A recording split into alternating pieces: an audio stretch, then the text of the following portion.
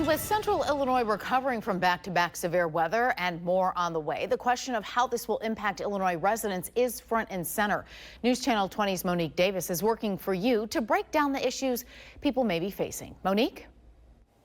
That's right. The National Weather Service tells me dealing with back-to-back severe weather can cause fatigue, and it's always best to have a plan in place to ensure safety.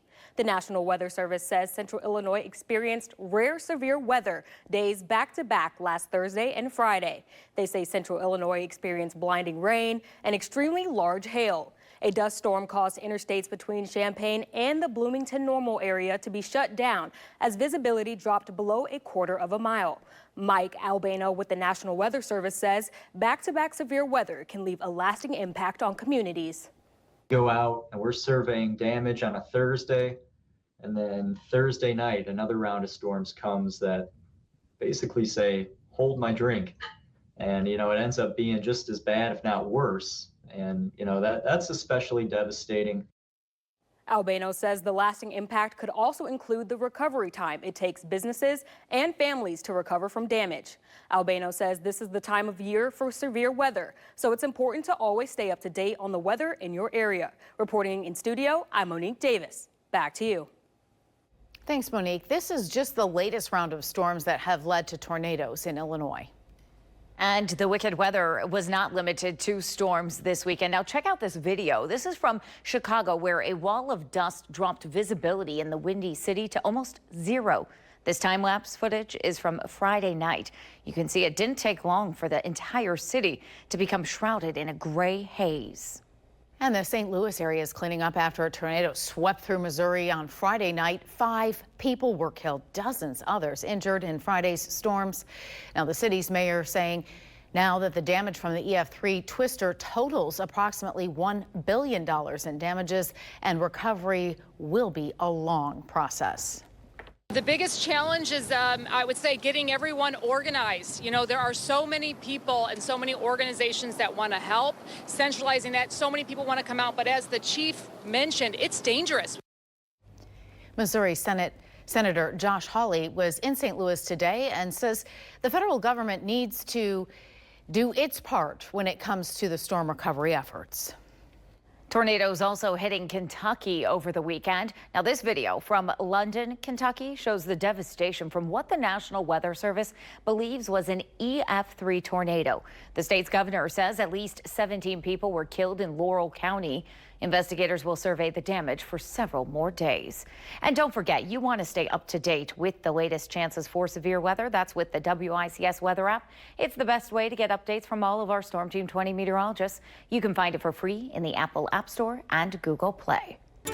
Thanks, Darren. Well, the Midwest is still in the process of recovering from damaged severe weather from the past weekend, but experts say more is on the way. News Channel 20's Monique Davis is working for you to break down the damage some areas of the Midwest have experienced. Monique? That's right. Parts of the Midwest experienced devastating weather damage, including fatalities and homes that were completely destroyed. Parts of Kentucky and Missouri experienced damaging winds between 130 to 155 miles per hour. In St. Louis, 5,000 buildings were damaged or destroyed due to a tornado. This cost an estimated $1 million in damages, and 5 people were also killed. In Marion, Illinois, winds jumped to 190 miles per hour. The National Weather reports a newly built home was completely swept away. Michael Albano with the National Weather Service says it's important to stay prepared during this time of year. Hopefully your workplace has a plan. Hopefully you have a plan at home. If you have kids, or maybe you're taking care of the elderly, make sure you're invoking a plan just about anywhere you could possibly be. So you know what to do when the weather turns active. Albano added having a severe radio weather service radio in your home could be life-saving. Albano says it's also a good idea to practice the plan you have in place before your community is expected to have severe weather. Reporting in studio, I'm Monique Davis. Back to you. Thanks, Monique. Now, the National Weather Service says severe weather can cause extreme anxiety, but having the right plan in place can help you stay alive. The National Weather Service has officially rated the tornado that went through Marion, Illinois as an EF4 tornado. According to official reports, the tornado hit the area Friday night and stayed on the ground for more than 16 miles, with winds peaking at an estimated 190 miles per hour. Residents impacted by the storm say there's already been a huge response to help with recovery efforts. A lot of these people out here, I know they live out here or they're from Marion, but I don't even know who they are. They just came up to the house and said, you know, hey, here's my name. What can I do? I'm here to help. So we're very appreciative of everyone that showed up out here to help out. According to WICS, there were no fatalities from that tornado, but 7 people were injured. And the St. Louis area is cleaning up after a tornado swept through Missouri Friday night. As Monique had mentioned earlier, 5 people were killed and dozens others were injured in Friday's storm. Missouri Senator Josh Hawley was in St. Louis today and says the federal government needs to do its part when it comes to storm recovery efforts. As I was walking these streets, just talking to residents, talking about their grandmother lived here. They raised their children here. One family said they'd been here for 80 years. You know, those are that kind of community. You can't find that anywhere else. We don't want to see that lost. We want to see it rebuilt. And there's a lot of work to do on that beginning ASAP.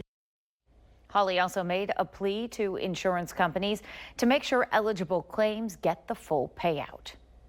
It was a similar scene in Kansas. This video from Plevna, Kansas, shows houses flattened by a tornado going through the area overnight. Right now, there is no word on the official rating for that tornado. And don't forget about our WICS weather app. It's the best way to get updates from our Team 20 meteorologists. You can find it for free in the Apple App Store and Google Play.